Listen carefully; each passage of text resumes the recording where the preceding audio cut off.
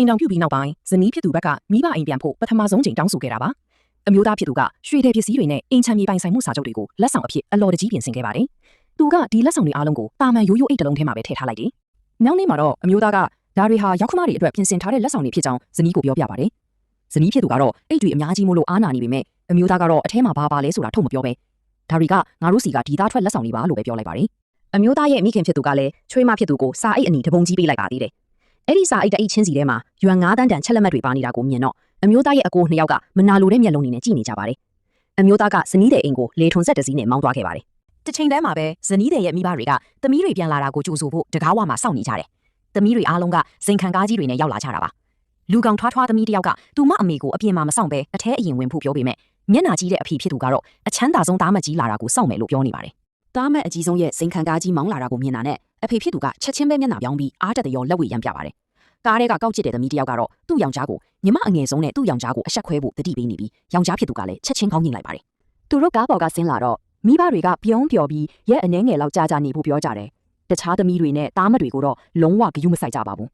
အဲ့ဒီအချိန်မှာကောက်ကျစ်တဲ့သမီးကညီမအငယ်ဆုံးဘာလို့မရောက်သေးတာလဲလို့မေးလိုက်တော့အဖေဖြစ်သူက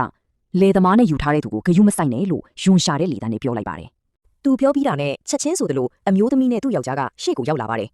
အမျိုးသမီးကပြုံးပျော်ပြီးသူမယူလာတဲ့လက်ဆောင်တွေကိုမိဘတွေစီဆွဲယူလာပြီးမဲ့မိဘတွေကတော့နှာခေါင်းရှုံနေကြတယ်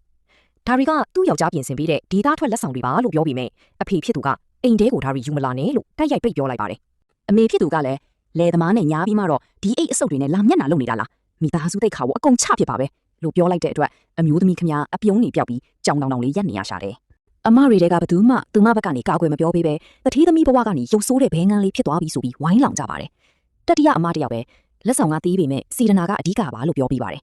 ဒါပေမဲ့ကောက်ကျစ်တဲ့အမကတော့စင်းရဲတာကစင်းရဲတာပဲလို့ပြန်ပြောလိုက်ပြီးဒီအောင်ကြားကကဖအချမ်းသာဆုံးလူသားအယောင်ဆောင်ပြီးငါတို့ကိုတောင်ရိုက်ခဲ့သေးတယ်လို့တိုင်လိုက်ပါတယ်အဖေဖြစ်သူကအံ့ဩသွားပြီးအမေဖြစ်သူကလည်းအမျိုးသမီးကိုဆဲဆိုပါတော့တယ်အဖေဖြစ်သူကသားမက်ကိုကောက်ကျစ်တဲ့သမီးစီမှာချက်ချင်းတောင်းပန်ဖို့အမိန့်ပေးပေမဲ့အမျိုးသမီးကသူတို့ကအရိုက်ခံရမှာထိုက်တန်လို့ပါလို့ပြက်ပြက်သားသားပြန်ပြောပါတယ်ကောက်ကျစ်တဲ့အမကကိုထိလျောက်လှုပ်ဖို့ပြင်တဲ့အခါအမျိုးသားကတားလိုက်ပါတယ်အမျိုးသမီးကသူ့ယောက်ျားကိုချစ်မြတ်နိုးတဲ့မျက်လုံးတွေနဲ့ကြည့်နေစင်မှာပဲအမျိုးသားကငါမိမကိုဘယ်သူမှလာအနိုင်ကျင့်လို့မရဘူးလို့အီးဆက်တဲ့မျက်နှာနဲ့ပြောလိုက်ပါတယ်ဒါပေမဲ့အဖေဖြစ်သူကတော့သမီးဖြစ်သူကိုပဲအပြစ်တင်နေပြီးအမေဖြစ်သူကလည်းဟိုဘက်ကသားမက်ကအဆင့်တန်းအမြင့်ဆုံးပဲနင်တို့လိုလယ်သမားတွေကတီးခံရမှာပေါ့လို့ဆိုကလက်ဆောင်တွေကိုအိမ်ထဲကိုတောင်အဝင်မခံပါဘူးအမျိုးသမီးခမသူမကြောင့်ယောက်ျားဖြစ်သူအရှက်ရရတဲ့အတွက်တောင်းပန်နေရပါတယ်မောက်မာနေတဲ့မိဘတွေဟာအဲ့ဒီအိတ်တွေထဲမှာ American dollar 1 billion တန်ဖိုးရှိတဲ့လက်ဆောင်တွေပါနေမှန်းလုံးဝမသိကြသေးပါဘူးနောက်ဆက်တွဲကိုသိလို့ပါကကျွန်ုပ်ရဲ့အကောင့်လေးကို like and subscribe လုပ်ထားပေးကြပါဦးနော်